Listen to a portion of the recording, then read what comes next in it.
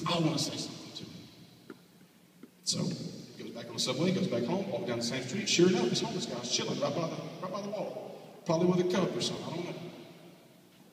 But he walks up to him, instead of stepping over him, he steps down, he stoops down, he says, hey man, he said, here's $20, how's it going, man, you doing okay?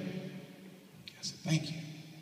It's not, and I've been here about 4 years, it's not, it hurts. He's like, man, I've been here a while. He said, well, bro, what happened, man? He said, well, I lost my house, I got kicked out, and I've been here ever since. He said, man, that's tough, Well, where are you from? He really wanted to get to know this guy. He said, where are you from? He said, I'm from Virginia. Carl goes, man, I'm from Virginia. That's cool. He said, well, what part of Virginia? The guy says, I'm from Virginia Beach. Cool place, right? It's got a beach on it. Carl's like, dude, I'm from Virginia Beach. Wow, right? And then he's like, well, bro, what street did you grow up on? And the dude's like, man, you wouldn't know. It's a small place. You surely wouldn't know. He said, it was something like Great Neck Road. And Carl said, bro, I grew up on Great Neck Road. Wow. Random. And the dude looks at him, he says, Carl, he said, I told myself when I woke up this morning that if I didn't meet someone who knew me, I was going to kill myself tonight.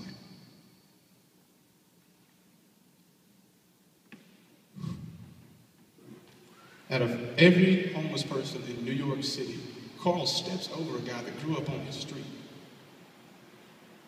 Comes back, meets the guy. Long story short, the guy doesn't kill himself. It's funny how God just puts things in your path. But as soon as I heard that, I was so mad at myself. I was mad at it. I would say another word right now, but it would not work out real well with y'all in pastor. I was so mad at myself for not speaking to every single person that I saw on the road. I was mad. I didn't wave at folks going down I-20. I would be like, hey, throw a business card and hope it lands in their window. We got some greater cards. We ain't chunk. But I was so mad. I was like, how do I not speak to people when I'm pumping gas? They're right there in front of me. They can't go nowhere. You gonna leave with gas? Without gas? No, you can't go nowhere. Go ahead and break your car up. I'll help you push your car back into the parking lot. And then we'll talk about Jesus. I was so mad at myself for not doing that. Not talking to people in Subway. God knows I don't eat no fried foods, except on Sunday. Yeah, I'm in too big of a hurry to talk to these people. That's a bunch of bull. We are never in too much of a hurry, especially at a gas pump. You ain't got nowhere to go either. Talk to them. Like, what's up? That's all you gotta say. Don't be mean. Hey, girls, don't be flirty. They'll be like, hey, you're cute. He's gonna be like, so are you. Or he could be like, ooh. So be careful. But the thing is, I couldn't believe it hit me, man. And I don't think it was a lie, but it hit me that I couldn't believe that I'd been lying to you, me. I'd been telling you that we needed to grow, and I wanted Slam to be greater. And then there I was walking by and stepping over buckets every day because I didn't think they were good enough vessel to carry that seed I was planted.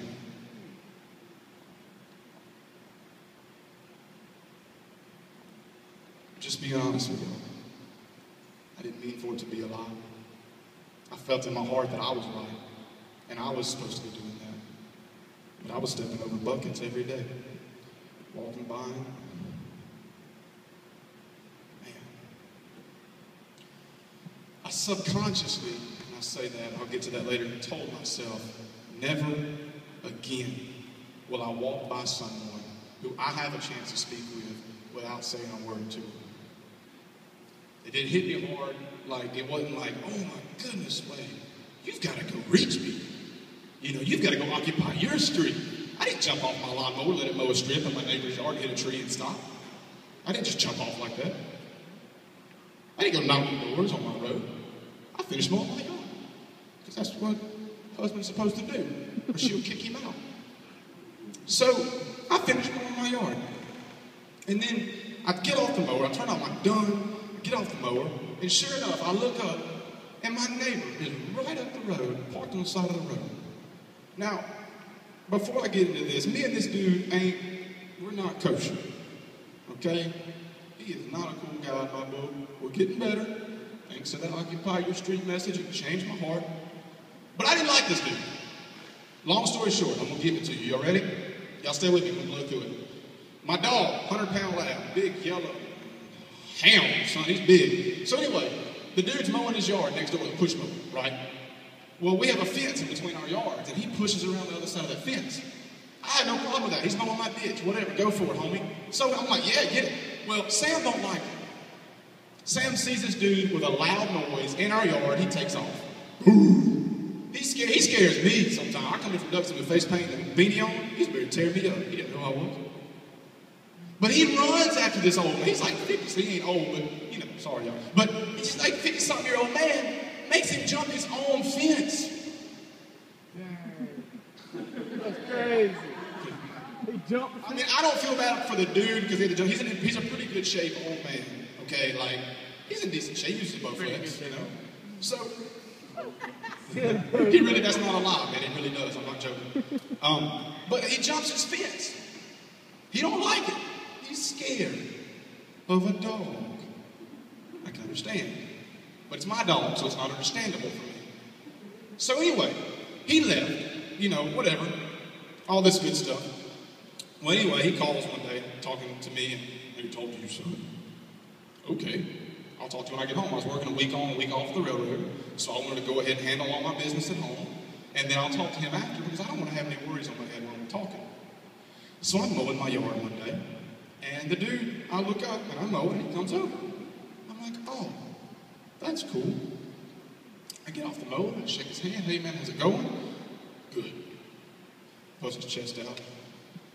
I'm like, good. So he's like, you don't want to talk to you. I said, yeah, I want to have all my stuff done before we got everything. And anyway, I'm going to speed this up real quick. I got hung up. But he tells me all this stuff. He's like, I want to talk to you about this dog thing. And I was like, I don't care. I didn't say that, but I don't care. And anyway, he told me, he started cussing me. I'm like, hold on, homie. I'm a grown dude. I got married like 3 months ago. I'm grown, cuz. So he's like cussing me. And I'm like, all right. I said, look, you better take that back over there to your yard, because it ain't going to happen in this one. And the dude, he's like, rah. So I stand up on my lawnmower. I'm like, all right. So I take a step. He's like, Old dude takes off. Now, he's in good shape 50-year-old, but he ain't ready. I'm just telling you. I told him, I said, look, man, you're going to keep talking like that, it's going to end up bad for you. You better go back home. He went back home. Guess he knew I was serious. It's going to end bad for him. So he left. We ain't been buddies ever since. He motioned something at me when I got to another yard, to his yard. He was like, wait, he said something, and I went. And that was it. He didn't like it. But anyway, I see this guy pulled over on the road. And he gets out of his truck, he walks around, and he goes to the ditch. So I just heard, occupy your street, Wade, occupy your street. I'm like, man. So I'm like, God, are you serious? Are you testing me? And I felt like, he didn't really say it, but I felt like he was going, Let's see what you made of. So I pull up to this dude, roll my window down, throw my arm out the door, be like, yeah, I still got it, son. I wanted to show him, still solid over there. But I said, hey, man, how's it going? How's it going? Why am I talking to this guy? I don't even like him. But I said, how's it going? I shouldn't be worried about this dude. He's a jerk, right? And then he shook my hand. I was like, oh, how's it going? He's like, good. I said, cool, man. I said, you broke down. You need some help? What? I don't like it, and I'm offering to help work on this dude's truck. What am I doing? No, man, I was picking up trash on the side of the road. I was like, occupy your street. He's occupying his street. He's picking up the trash. It's not even his ditch. So he's a cool dude. Long story short, we talked about mowing. And then we were on our way. Shook hands. Hey, man, good to see you. Holler at you later. We smiled. We left. I don't know what's going on at this point. I leave going, Jesus, that was weird, man. That wasn't even funny. But thank you. I needed that. So anyway, I go to Circle K. It's in town. I'm pumping gas. Earlier I told you I had this scenario about pumping gas. Why don't I talk to people? Sure enough, this dude's right across the pump from me. Pump, going on.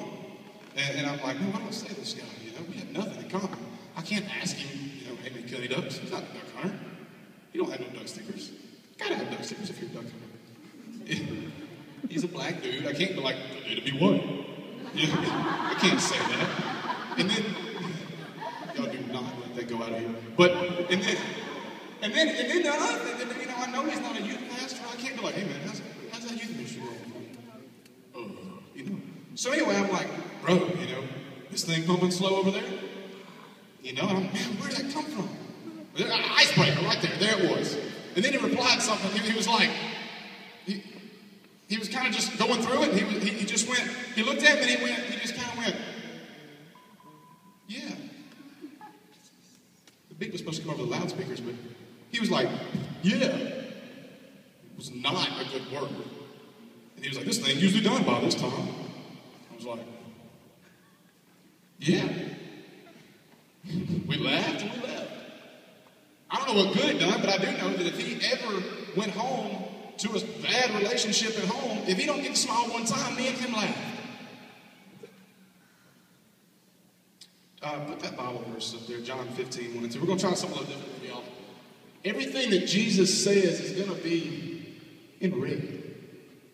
Is that cool with y'all? Yeah. Does that look good? I am the true vine, and my Father is the gardener. He cuts off every branch in me that bears no fruit, while every branch that does bear fruit, he prunes so that it will be even more fruitful. Y'all still with me? The beginning of that verse says, Jesus is the true vine. If we can stay with him and bring people to him, he will handle the rest.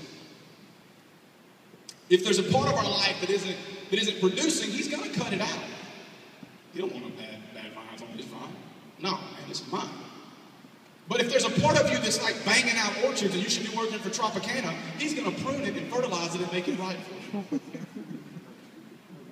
You know, he's going to bless it. And in verse 4 of that same chapter, it says, remain in me as I also remain in you. Man, y'all can come. Remain in me as I also remain in you. No branch can bear fruit by itself. It must remain in the vine. I'm going to read this a little slower because you're going to get this. No branch can bear fruit by itself. It must remain in the vine. Neither can you bear fruit unless you remain in me. So when you see that, remain in me. All of this fruitfulness, all of this discipling, all of this reaching out to people is impossible without God. All of it. But as long as we remain with him and trust him with everything we have to trust him, he will cut out that bad part of our lives and multiply what's good. There's no reason any of us should leave here tonight stepping over or around our newest church member. There's no reason. We shouldn't pass by them thinking they're an empty bucket that can't handle the seed we want to throw in it. We should pass by them knowing that God will take care of them. And if they are our new church member, just say, if you want to make a change in your life, I want y'all to stand up real quick. Stand up. You know? Y'all go ahead and come to the front too. If you're comfortable. If you're not, stay there. That's fine. I understand that some people get a little tired or lazy. But if you want to make a change in your life, I've already made it in mine. It is done. I don't want to feel that bad again. I'm going to ask you to step up as close as you can. As close as you can. And I'll have to email Carl about this later, but I want you to occupy this area real fast.